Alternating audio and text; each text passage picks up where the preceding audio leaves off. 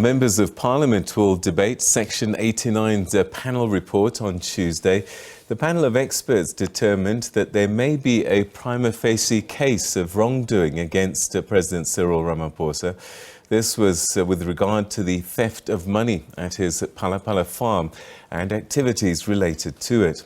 For the first time ever, the National Assembly's Planning Committee sat on Monday night to discuss how to proceed with this crucial debate on the following day. Now, in the end, MPs agreed that the debate on whether an impeachment committee should be established be postponed to allow for arrangements that the session be held with all members in one venue.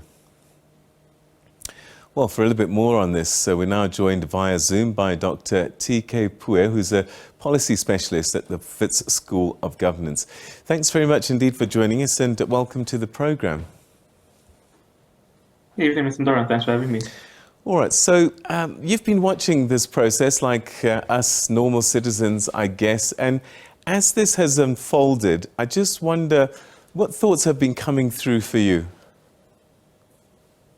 Well, two really come to mind. One is just the direction of the report. I think a lot of people have made analysis on it, and they've tended to go the legal route, forgetting that this is almost a quasi-political route. And if you actually read the report, particularly from Chapter 9, when it gives you the methodology and how they arrived at some of their decisions, whether you agree or disagree with them.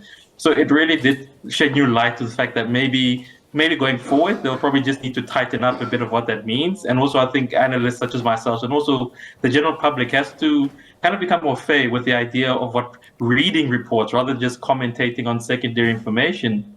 And then the second issue is to say, look, seeing that this is a quasi-political route, you know, what the president finds himself in, it's very odd that two ANC presidents and by extension two South African national presidents have found themselves to be unable to take care of their home affairs, one from Uganda and now to Phala Phala. And it really does raise the specter of how is it that, you know, 2 decades on from 1994, the critical issues of the Republic of South Africa and SADC seem to almost become secondary to how presidents are handling their own affairs. It's almost like we are secondary in their thinking, and perhaps maybe new thinking is needed along the lines of development to say, how do you really move past what is really a quagmire about political leadership in this country? Governance rules are quite clear about how people in Parliament, in government, even directors of companies ought to behave at all times because they have a fiduciary duty either to shareholders or to citizens. And I just wonder, excuse me, if these rules are not internalized and that sometimes people focus on ticking boxes rather than the spirit of these rules. No, that's actually quite an astute observation, Sundar, because I go a step further.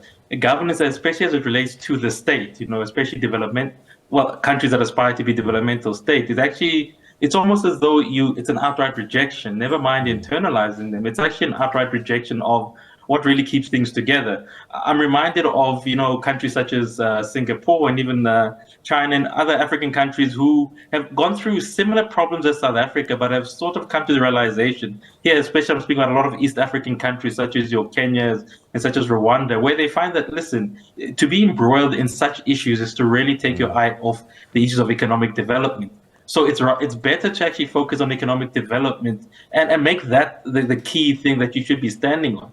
And for some reason, South Africa seems to have taken a backward step to, as you say, not only internalize them, but actually, it's almost as though you take your eyes off the bigger prize, which is how do you move from a state which has huge unemployment problems, is in a region which has its own problems, and you simply want to just navel gaze and look at your own issues. And for me, this speaks of a deeper issue which is happening around SADC, because I'd love to say this is only an ANC issue, but if you look at what's happening in the region of SADC compared to other regions on the continent, there's something quite amiss as to where's political leadership taking us or not taking us, as Phala Phala is showing us.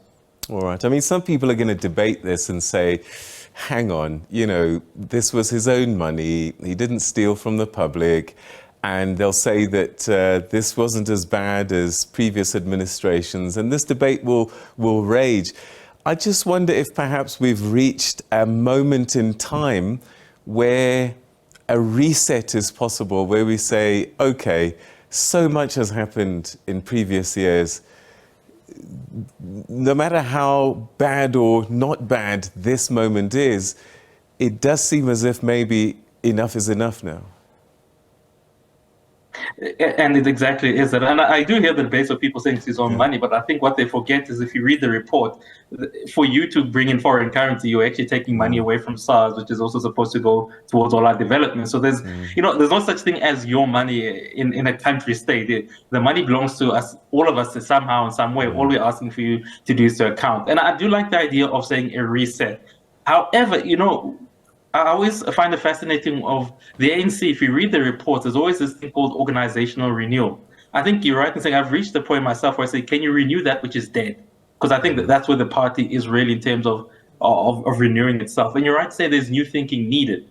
Now, what it's going to look like, I think that's probably quite the fascinating idea. I'm not a believer that we need more political parties. I think that probably muddies the waters more. But I think this new regeneration cannot start with political parties. It actually needs to start with communities. And I think if you look at where most South African communities are, from rural South Africa, township, and even urban areas, we're actually very disintegrated. We hardly ever come together to look at civic issues in South Africa. We rely on NGOs, which I don't think is the greatest barometer for seeing where a nation is. So if South Africans are really serious about saying we need a reset, the idea of looking to political parties is not it. We need to actually go back to most basic unit of saying, who is my ward councillor? How do our ward committees get involved?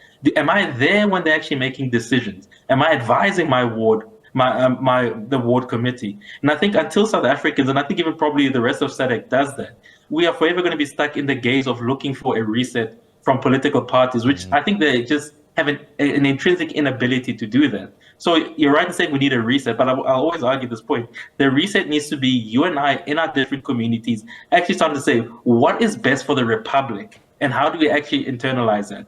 And then we're going to get to something which I think many people don't want to get to, which is to say, we're not going to fix South Africa overnight. This is not a 1 year, 5 year thing. The mess we are in is going to take about 5 to 7 years if we're really serious about having civic and community-based resets. And until we do that, I foresee a situation where we're just almost going to take our power and say, well, political parties reset that. And I think that's been the biggest mistake we've made in the last 2 decades, that we don't want to take this to ourselves and almost take responsibility for some of the actions we have. I don't want to say we purposely put ourselves in, but I'll say we misplaced our faith in the wrong institutions, such as political parties. All right, speaking of which, on Tuesday, members of Parliament will sit, they'll debate. And I have to cast my mind back to a few days ago when I heard the Chief Justice talk about the Parliamentary Oversight Committee on Transport, where he said they just failed the country in dealing with Transnet Prasa. And I just wonder if we can expect the members of Parliament to do the right thing. We've already heard the ANC is closing ranks, and whatever gets debated, they're going to vote against a process against the president. And so the question then becomes, is Parliament the vehicle to help citizens manage this country? Or we have to think again about how we make sure that there's accountability? I think that's quite a fascinating question. In the sense that you're right, I think we do need to I'm not so much a fan of saying rethinking what different parliament and whether you go for a different electoral bill or not. That for me is a side issue, because at the end of the day, you're always going to get individuals. Individuals really make a parliament great or not. And I think what we're really missing is almost have a barometer to say, listen, what type of individual should ideally be in parliament? And I have to say ideally, because in South Africa at the moment, we don't have that. I know other countries speak about, look, let's have at least a minimum qualifications. I think we've seen that qualifications are great and we should attain them, but it doesn't guarantee good ethical leadership. So I think we should really have a closer look at who actually goes to parliament. In that regard, one of the suggestions I always want to put forward to say, I don't understand how we have 400 members of parliament. I think that's far too many, and it's a very unaccountable 400. So I think we probably need to shrink it a bit so that it's kind of more representative of our communities and also the dynamics of the provinces. So I think that's one way to do it. But what I do find quite problematic about the debate, which is taking place on Tuesday, is it's supposed to be, you're right in saying, an adoption of the report. And then the second stage is supposed to go, which is to say, okay, now that the reporters, or let's say the Judge Ngobo and his colleagues have given a verdict of sorts, how now do we actually interrogate it to say, listen, now let's bring in the right people, the right experts who can assist us. But unfortunately, the debate, the way it's coming out across in political communication, so as though people have made up their minds, oh no, this is a straight impeachment, let's go for it, which really misses the whole point. And I think because people don't want to have an open discussion about, look, was the report flawed? What did they like? What didn't they like? And how can we actually investigate that using the power of Parliament? It's almost as though it's become too tribalistic in how it's going, in the sense that Party A and X have already taken the decision. As you said, the ANC, which holds about 230 seats, I think that gives them, it's 57.7, so it's not quite enough for, even if they all agree, they need the rest of Parliament to give them 2/3 to say, let's go forward and adopting this and go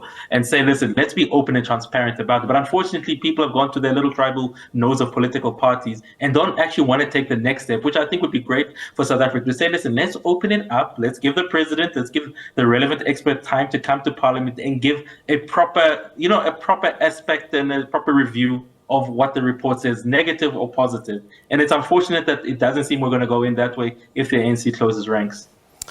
Dr. Pooe, we're going to leave it there. Thank you so much indeed for joining us and sharing your thoughts with us. Let's see what unravels this week in our Parliament. It should be interesting, I'm sure. Thanks for your time.